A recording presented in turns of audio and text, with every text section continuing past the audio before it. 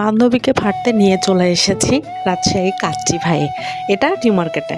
অনেকদিন পর যেহেতু বান্ধবীর সাথে দেখা হয়েছে আর বান্ধবীকে ফিরে খাবো না, তা কি হয় বলুন তো?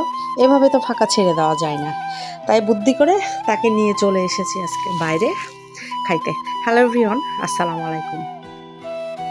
প্রায় 15-16 বছর পর 3 বান্ধবী একসাথে।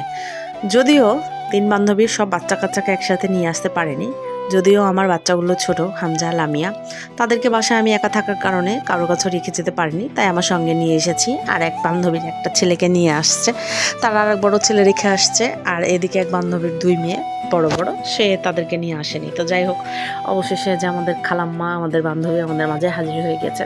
তো 3 জন বলে এখানে যেহেতু বসেছিলাম, তাই ভাবলাম যে একটু ভিডিও করে নিই। আর আমি 2 বাচ্চাকে সামলাচ্ছি, একদম আপনাদের মাঝে আমি হয়ে গেছি আর এক খালাম্মা। তো হামজা এখানে হেঁটে হেঁটে নোংরের দিকে যাচ্ছিল সামনে।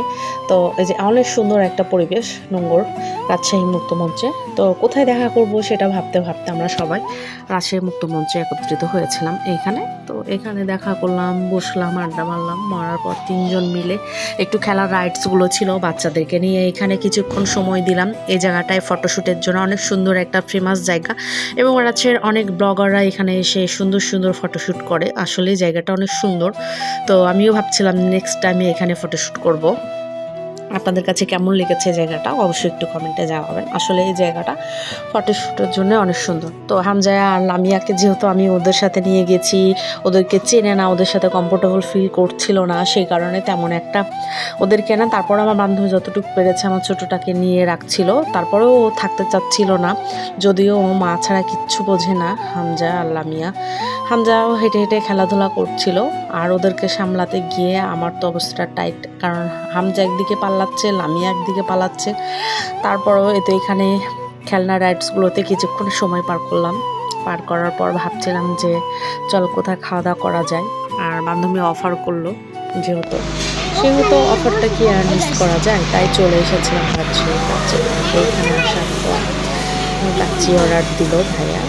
তো সবাই মিলে এখানে অনেক সুন্দর করে মজা করে একটু খাওয়া দাওয়া করলাম। আর আমার কাছে মোটো এখন আর কাচ্চি বিরিয়ানিগুলো খেতে ভালো লাগে না। আমার কাছে মনে হয় যে এখন একটু যদি সাদা ভাত করে মাংস, ডাল, ভর্তা, মাছ ভাজি এগুলো বলতো, তাহলে পেট করে খেতাম। তো হামজা, লামিয়া অনেক পছন্দের খাবার খাচ্ছি এখানে। ওরা তো অনেক খুশি, অপেক্ষা করছিল। আর সব থেকে মজার বিষয় হলো, বাইরে গেলে তারা নিয়মিতই খাওয়া দাওয়া করে। আমার যেহেতু মাথায় কাপড় ছিল না, তাই ভাবলাম যে এইখানে স্টিকারটা দিয়ে নিই। এখন আর মাথায় কাপড় না দিলে ভালো লাগে, অভ্যাস হয়ে গেছে। তো অনেক সুন্দর মুহূর্তগুলো তোমাদের সাথে শেয়ার করলাম। আপনারা ভালো থাকো।